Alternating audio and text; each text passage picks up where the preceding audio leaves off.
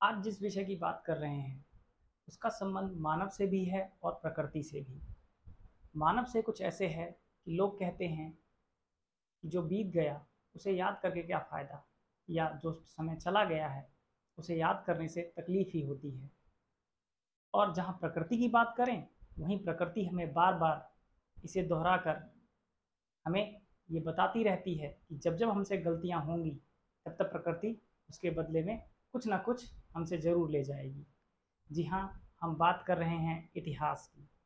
इतिहास एक ऐसा विषय जो आज धीरे धीरे लोगों की पसंद से हटता जा रहा है, या ये कहिए कि लोग ये सोचते हैं कि इतिहास पढ़कर होगा क्या, या इतिहास में हुई बातों से हमें मिलता क्या है, या ये कहें कि जो समय बीत गया उसे याद करके दुख ही तो होता है। तो अगर हम इतिहास को अगर ऐसे देखते हैं तो ये इतिहास का सिर्फ वो पहलू है जो सिर्फ और सिर्फ मानव देखता है या मानव पक्ष से है। लेकिन जहाँ दूसरी तरफ हम बात करें अगर इतिहास के आधार पर विज्ञान की, तो कहीं ना कहीं इतिहास हमें बहुत कुछ सिखाता भी है। तो चलिए जानते हैं आज हम इसके बारे में कि हम क्या समझेंगे। जैसा कि हमारा आज का टॉपिक है इतिहास का विज्ञान से संबंध, तो इसके लिए हमें पहले ये समझना होगा कि इतिहास क्या है। तो जहाँ तक हम इतिहास की बात करें तो इतिहास जो शब्द है वो इति ह और हास से मिलकर बना है, जिसका मतलब होता है कि ऐसा हुआ था। और जहाँ तक इसकी परिभाषा की बात करें तो उसकी परिभाषा के आधार पर कहा जा सकता है कि अब तक या प्राचीन काल से जो भी घटनाएं अब तक घटी हैं, जो बीत चुकी हैं, उसका अध्ययन ही इतिहास कहलाता है। क्या इतिहास सिर्फ अध्ययन का विषय है, या फिर सिर्फ इतिहास में हुई बातों को जानकर उसे भुला देना ही इतिहास है?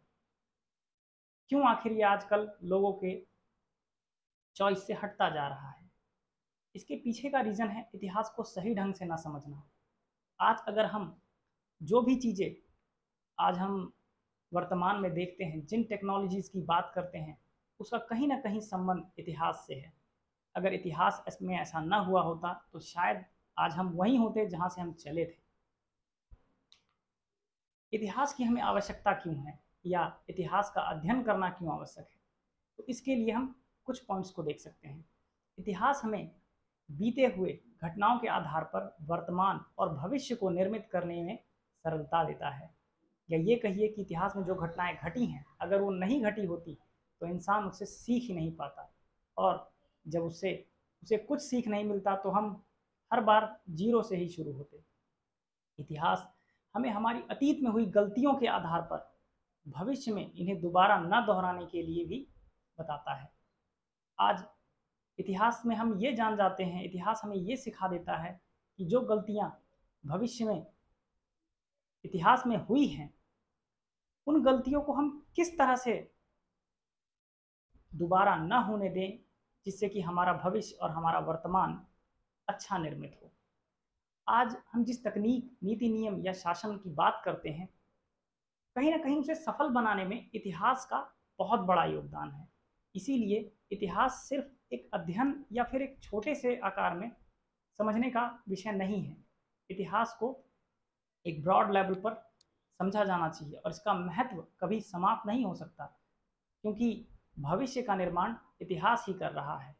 इतिहास जिसे हम सिर्फ घटनाओं, युद्ध के आधार पर देखते हैं, सिर्फ ये इतिहास नहीं है, जबकि हमें अध्ययन के आधार पर इतिहास में यही पढ़ाया गया है। लेकिन हमें हमेशा याद रखना चाहिए कि इतिहास नहीं होगा तो भविष्य का निर्माण नहीं हो सकता।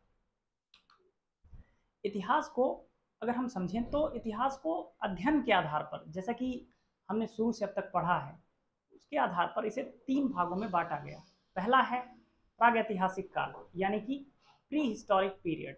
दूसरा है आद्य ऐतिहासिक काल, यानी प्रोटो हिस्टोरिक पीरियड। और तीसरा है ऐतिहासिक काल, जिसे हम हिस्टोरिकल पीरियड कहते हैं।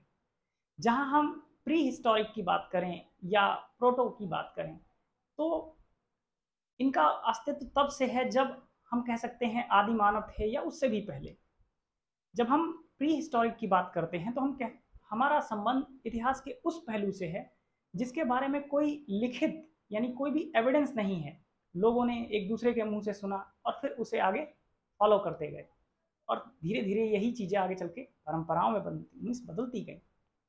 आपने ऐसे कई सारे कहावतें, कई सारे मुहावरे या कई सारे ऐसी चीज़ें सुनी होंगी जो जिसका इतिहास में कहीं ना कहीं सिर्फ सुनने के आधार पर ही महत्व है, या उसका कोई एविडेंस ढूंढें तो नहीं है, या इसका एक जीवंत एग्जाम्पल अगर देखें तो हम अपने गॉड या भगवान से ले सकते हैं। अगर देखिए तो हमारे जो भगवान हैं उनका इतिहास में हर जगह उल्लेख भी मिलता है और कहीं हद तक नहीं भी मिलता। अगर हम उल्लेख की बात करें तो कुछ हद तक हम देखते हैं कुछ लोग इसी आधार पर यकीन करते भी हैं, कुछ लोग नहीं भी करते हैं। तो प्री ऐतिहासिक काल में हम जब कहते हैं प्राग ऐतिहासिक काल, तो इसका अर्थ ही यही है जिसका कोई एविडेंस अवेलेबल नहीं है। तो अध्ययन के आधार पर हम प्री ऐतिहासिक काल को ऐसे पढ़ते हैं, जैसे कि हमने कहा पाषाण काल। दूसरा है आद्य ऐतिहासिक काल, जिसका अर्थ है कि जिसका लिखित साक्ष्य उपलब्ध तो है लेकिन आज तक उसे पढ़ा नहीं जा सका, जिसे आप हड़प्पा की सभ्यताओं से देख सकते हैं। आज भी हड़प्पा की सभ्यता में जो लिपि इस्तेमाल की गई है या हड़प्पा में जो जो चीज़ें जैसे हुई हैं उसे लोगों ने सिर्फ चित्रों के माध्यम से ही समझने की कोशिश की या समझा है। अगर हम उसे उसके लिखित एविडेंस के आधार पर देखें तो लोगों ने उस समय लिखा तो जरूर था लेकिन आज तक उसे पढ़ा नहीं जा सका। जैसे जैसे चीज़ें खोज होती जा रही हैं लोग उसके बारे में जानते जा रहे हैं, और जिस इतिहास को आज हम गहराई से जानते हैं या जिस इतिहास के बारे में हम तर्क वितर्क करते हैं वो है ऐतिहासिक काल यानी हिस्टोरिक पीरियड, हिस्टोरिकल पीरियड। इसका अर्थ ये है कि मतलब वो साक्ष्य या वो एविडेंस जिसके बारे में लिखा भी गया है और उसे आसानी से पढ़ा जा सका है, तो वही इतिहास हम समझते हैं। जैसे कि वैदिक काल और महाजनपद। इतिहास के अगर स्रोतों की बात करें कि इतिहास को अगर हमें समझना हो तो हमें इसके लिए हम इतिहास को कैसे समझ सकते हैं, तो इतिहास को समझने के 3 स्रोत हमारे पास हैं, या ये कहिए जिनके आधार पर आज तक इतिहास को समझा गया है। तो पहला है पुरातत्व, आर्कियोलॉजिकल। दूसरा है साहित्य, लिटरेचर। और तीसरा है फॉरेन डिस्क्रिप्शन यानी विदेशी विवरण, जिसमें हमारे देश में लोग आए और उन्होंने उसके बारे में कुछ कहा। अगर हम पुरातत्वों की बात करें, आर्कियोलॉजिकल की बात करें, तो उसके भी कुछ 3 पार्ट हैं। जैसे कि पहला है उत्खनन, एक्सकेवेशन। दूसरा है अभिलेख, एपिग्राफी। और थर्ड है हमारा कॉइन। अगर हम उत्खनन की बात करें तो उत्खनन भारत में जो इसका विभाग है वो है भारतीय पुरातत्व सर्वेक्षण विभाग, archaeological survey of India department. उत्खनन का मतलब होता है वो चीज़ें जो जमीन से खोद कर निकाली गई हैं, उसके आधार पर कोई ना कोई साक्ष्य बताए गए हैं। और अगर हम इसके बारे में थोड़ा समझें तो इसकी स्थापना सबसे पहले 1861 में लॉर्ड कैनिंग ने की थी, और इसका मुख्यालय अभी जो हेड ऑफिस है वो नई दिल्ली में है। और अगर हम इसके पहले अध्यक्ष की बात करें तो है सर अलेक्जेंडर कनिंघम। इतिहास को खोजने में इनका बहुत बड़ा योगदान है, कहीं ना कहीं हड़प्पा सभ्यताओं में बहुत ज़्यादा हमेशा चर्चे में रहे हैं। सेकंड पर हैं सर जॉन मार्शल। ये इन्होंने हड़प्पा के उत्खनन में बहुत हद तक योग्यता दिखाई थी, बहुत सारी चीज़ें इनके ही टाइम में खोजी गई थी। और हमारे पहले भारतीय अध्यक्ष जो कि हमारे इतिहास के रूप में हम देखते हैं जो हड़प्पा से जुड़े हैं, तो वो हैं दयाराम साहनी। अगर हम मेथड्स की बात करें कि पुरातत्व में चीज़ों को खोजा कैसे जाता है, तो मेथड्स में हम कुछ इन मेथड्स को देख सकते हैं। फर्स्ट है आपका कार्बन डेंटिंग यानी C14, जैसा कि आप लोगों ने बहुत बार इसे सुना होगा। तो कार्बन डेंटिंग का इस्तेमाल जीवाश्म की उम्र का पता लगाने के लिए किया जाता है। इसी के आधार पर हम बता पाते हैं कि कोई चीज़ कितनी पुरानी है।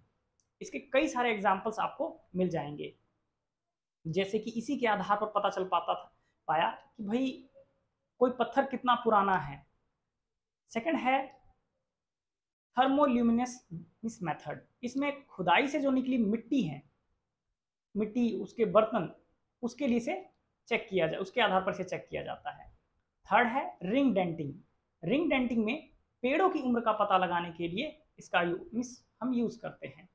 और फोर्थ नंबर पर है पोटेशियम ऑर्गन मेथड। ये वो मेथड है जिसमें हम पुराने जीवाश्म की उम्र का पता लगाने के लिए इसका प्रयोग करते हैं।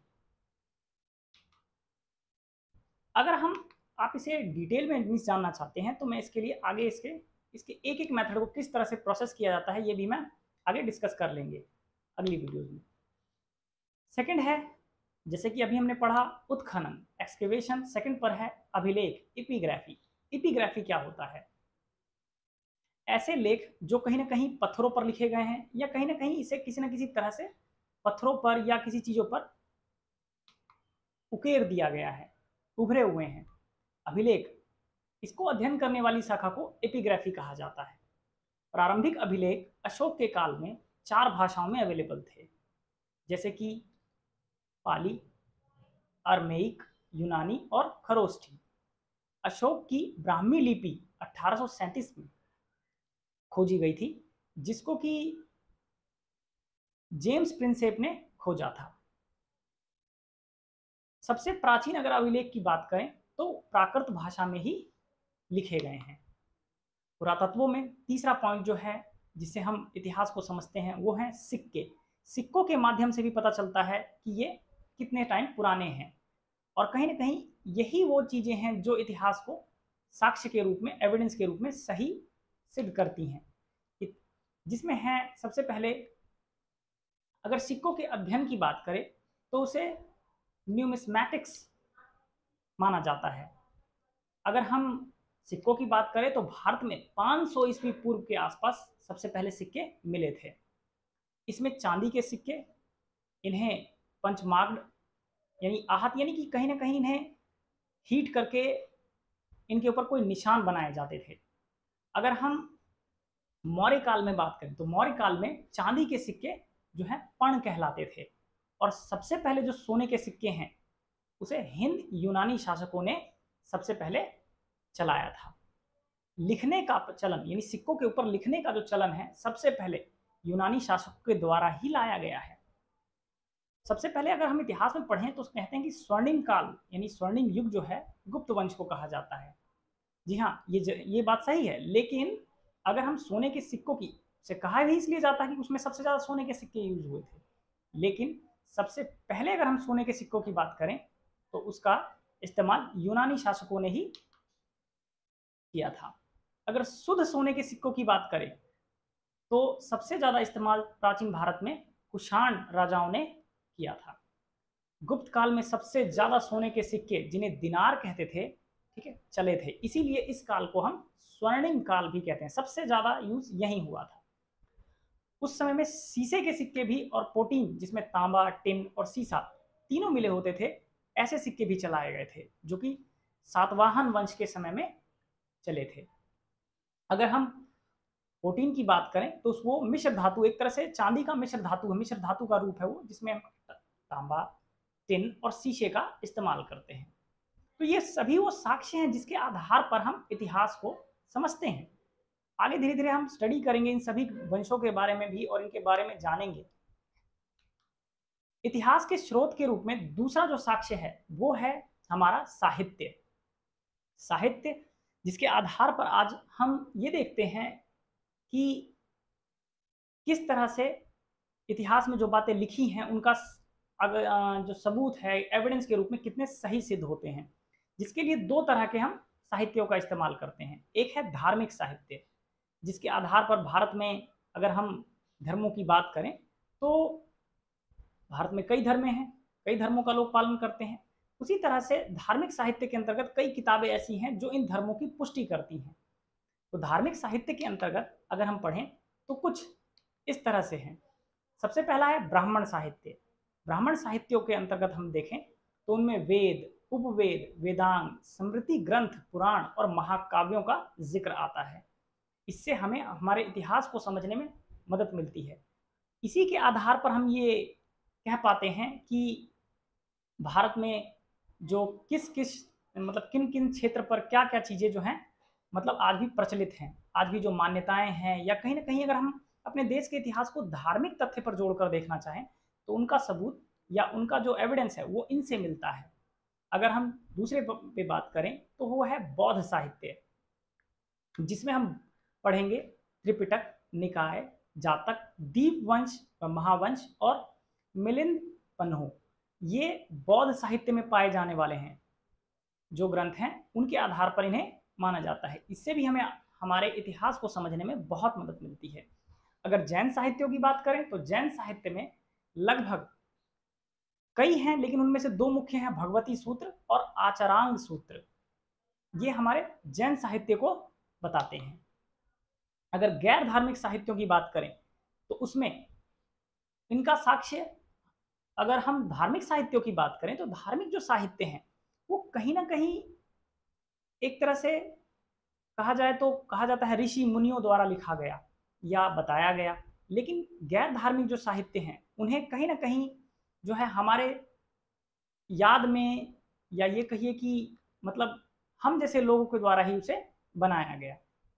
धार्मिक साहित्य के बारे में जो एविडेंस हैं वो हमें हमारे वेदों से या मिलता है, और इनमें जो गैर धार्मिक साहित्य हैं इनका संबंध जो है मानव जीवन से है, या मानव जीवन में होने वाली सारी जो घटनाएं हैं उनको कैसे आगे समय में ठीक करना है, देखना है, इन सभी का संबंध इससे है। तो गैर धार्मिक साहित्य का साधारण शब्दों में अगर अर्थ समझें तो गैर धार्मिक जो साहित्य है वो हमें धर्म के आधार पर नहीं, हमें हमारे कर्मों के आधार पर दिखाता है। जैसे हम अगर बात करें तो अर्थशास्त्र में कुछ गैर धार्मिक साहित्यों में आता है अर्थशास्त्र। जैसे अर्थशास्त्र, अर्थशास्त्र को लिखने का श्रेय जो है वो चाणक्य यानी कौटिल्य या विष्णुगुप्त जिनका नाम है उनको जाता है। वास्तविकता में अर्थशास्त्र जो है राजनीति शास्त्र पर लिखी गई एक पुस्तक है। दूसरा है राजतरंगिणी, जिसको कल्हण के द्वारा लिखा गया था, और ये कश्मीर के इतिहास पर बनाया गया या लिखा गया एक साहित्य है। तीसरा है महाभाष्य, जिसको कि पतंजलि ने लिखा है, और ये संस्कृत के व्याकरण के पर दर्शाया गया है। फोर्थ है रघुवंश, जिसे कि कालिदास ने लिखा है, जिसमें समुद्र की विजय यात्रा के बारे में बात की गई है। और अभिज्ञान शाकुंतलम, जो कि एक कई नाट्यों का एक समूह है जिसे कालिदास ने ही लिखा है। इसमें कई सारे नाटकों का उल्लेख किया गया है।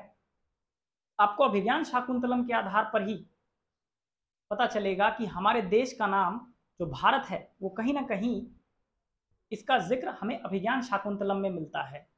अभिज्ञान शाकुंतलम वो पुस्तक है जिसमें शकुंतला और दुष्यंत के पुत्र भारत के नाम पर हमारे देश का नाम भारत पड़ा था। कुछ अगर विदेशी विवरण की बात करें जो हमारे इतिहास को दर्शाते हैं तो उनमें है रोमन यात्री, जिसमें हेरोडोटस, जिनको कि इतिहास का फादर कहा जाता है। उसके बाद नेरियाकस और नेसिक्टस और मिस ऑस्टोबुलस, नाम भी बड़े अजीब टफ होते हैं। उसके बाद है पिलनी, टॉलमी और मेगास्थनीज डायमेक्स। ये सभी वो विदेशी हैं जो हमारे देश आए, इन्होंने हमारे देश की यात्राएं की और अपने अपने विचार साहित्यों के आधार पर लिख करके, या ये कहिए कि किताबों के आधार पर लिख करके हमें बताने की कोशिश की है कि इतिहास में कैसे मिस क्या क्या हुआ है या इतिहास कैसा है। अगर देखा जाए तो कहीं ना कहीं विदेशी विवरण जो है वो सही या गलत क्या हो सकता है इसके बारे में हम ज़्यादा तो नहीं कहेंगे, लेकिन हाँ ये उस समय की बात है जब किसी न किसी का शासन हुआ करता था। और जब हम शासन काल की बात करें तो ये पाते हैं कि जो भी जिसके शासन काल में आया उसने उसके बारे में कुछ अच्छा या कुछ बुरा जरूर लिखा होगा, लेकिन ज़्यादातर जिन्होंने जिस शासन काल के बारे में लिखा उसमें ज़्यादातर उनके बारे में अच्छी चीज़ें ही या उनके बारे में सकारात्मक ही ज़्यादातर दर्शाने की कोशिश की गई है।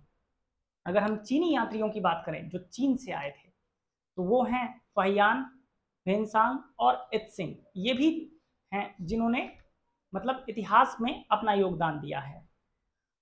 विदेशियों में अगर हम बात करें अरबी, जो अरब से आए वो हैं अलबर्नी और इब्ने बतूता। इसका उल्लेख आपको 11th और 12th की किताबों में भी मिलता है। और कुछ और ऐसे लेखक जिन्होंने इतिहास को दर्शाने में अपना योगदान दिया, जिसमें है तारानाथ जो कि तिब्बती थे, मार्को पोलो जो कि वेनिस से आए थे यानी इटली। तो ये कुछ तथ्य हैं या फिर ये कहिए कि ये कुछ साक्ष्य हैं जिसके आधार पर हम इतिहास को समझते हैं या इतिहास के बारे में जान सकते हैं। जल्द ही हम इसके बारे में डिटेल्ड वीडियो बनाएंगे। तब तक के लिए थैंक्स फॉर वॉचिंग और बने रहिए हमारे साथ आगे हमारे आने वाली नेक्स्ट अपकमिंग वीडियो के लिए।